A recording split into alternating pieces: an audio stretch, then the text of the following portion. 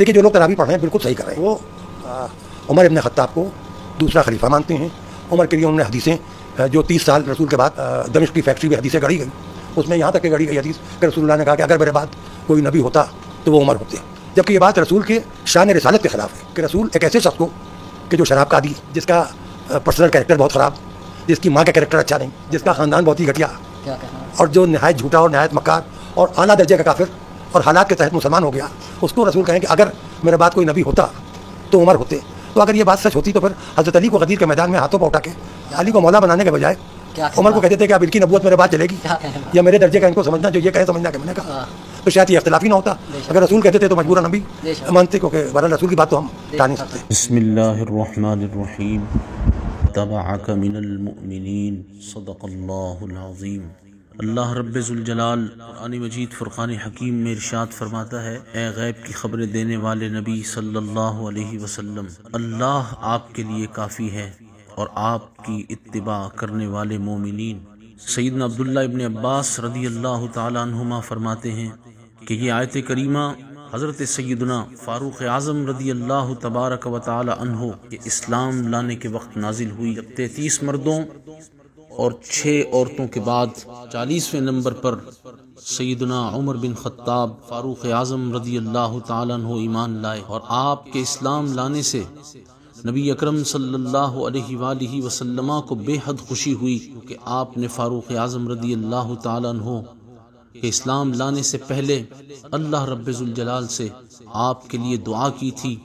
नबी अकरम सल्लल्लाहु अलैहि वसल्लम को खुशी हुई और इस्लाम को ऐसी तक़वियत मिली कि आप के इस्लाम लाने के बाद मुसलमान सरेआम बरमला हरम काबा में आकर नमाज अदा कर रहे थे, और फिर सैयदना फ़ारूक़ आज़म रदी अल्लाह ताला अन्हु की जुरत से कुफ्र कांपने लगा। सैयदना फ़ारूक़ आज़म रदी अल्लाह ताला अन्हु वो हस्ती हैं, आपको अल्लाह रब्बे ज़ुल जलाल के हबीब सल्लल्लाहु अलैहि वसल्लम का क़ुर्ब ख़ास हमेशा हासिल रहा, और आज भी नबी अकरम सल्लल्लाहु अलैहि वसल्लम के पहलू में आप आराम फरमा हैं। सैयदना फ़ारूक़ आज़म रदी अल्लाह ताला अन्हु वो हस्ती हैं कि जिनके बारे में कुरान मजीद फ़ुरक़ान हकीम की कई आयात नाजिल हुई, और आपकी मुवाफ़िक़त में जो आयात नाजिल हुई उनकी तादाद बाज़ उलमा के नज़दीक 22 है।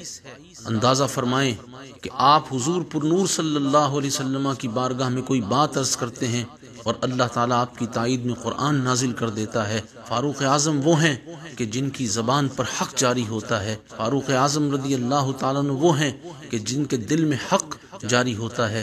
फ़ारूक़ आज़म रदी अल्लाह ताला अन्हु की हस्ती वो हस्ती है कि जो नबी अकरम सल्लल्लाहु अलैहि वसल्लम के दीन के परचम को इस तरह बुलंद करते हैं कि पूरी दुनिया के अंदर आज भी आलम कुफ्र आपके नाम से कांपता है। हर मुसलमान के दिल में सहाबा अलैहिम रिज़वान का एहतराम है, अहले बैत अतहार का एहतराम है, और फ़ारूक़ आज़म रदी अल्लाह ताला अन्हु का एहतराम हर मुसलमान ज़रूर करता है। लेकिन रवाफ़िज़ और बिलखुसूस एक हैज़ीदल्ला, ये लफ्ज़ नोट कर लें, हैज़ीदल्ला सैयदना फ़ारूक़ आज़म रदी अल्लाह ताला अन्हु के ख़िलाफ़ भोंक रहा है, और रवाफ़िज़ सहाबा इकराम के ख़िलाफ़ और सैयदना फ़ारूक़ आज़म के ख़िलाफ़ भोंकते हैं। तो याद रखें कि ये हलाली बच्चे हरगिज़ नहीं हैं, ये हरामी एक बार नहीं 1000 बार हरामी हैं। लिहाजा मुसलमानों को चाहिए कि वो रवाफ़िज़ से अपना हर किस्म का ताल्लुक़ ख़त्म कर लें, वरना जो रवाफ़िज़ के साथ ताल्लुक़ रखेगा उसको मौत के वक्त कलिमा नसीब नहीं होगा, रसूलुल्लाह के हौज़े कौसर पर जाना नसीब नहीं हो सकता।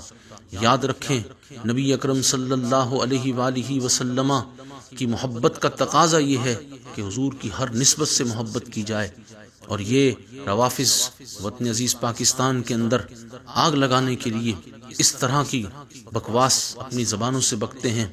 और हुकूमत वक्त को चाहिए, वैसे तो यहाँ कोई हुकूमत है नहीं, लेकिन अगर कोई हलाली हुकूमत में मौजूद है तो उसको चाहिए कि वो इनके खिलाफ एक्शन लेकर कानून के मुताबिक कार्रवाई कर दे, वरना रसूल पाक सल्लल्लाहु अलैहि वसल्लम के गुलाम, सहाबा के गुलाम, वो ایسے روافظ کو زندہ جلا کر ان کی کھوپڑیوں میں ہنڈیاں بنا کر کھانا پکا لیں۔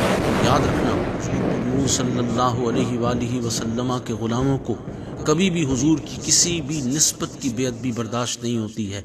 لہٰذا تمام مسلمانوں کو چاہیے کہ روافظ کا رد کریں اور ان سے ہر قسم کی رشتہ داری، تعلق، ہر قسم کا سوشل تعلق، اور بالخصوص یہاں یہ بھی کہوں گا، یہ جو JDC ہے جس کو اہل سنت کے لوگ چندہ دے کر پال رہے ہیں، یہ ان رافضیوں کو آپ کے پیسوں سے پال رہا ہے۔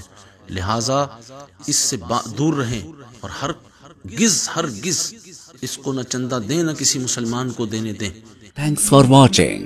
Don't forget to like, comment, share and subscribe. Allama Bilal Rizvi.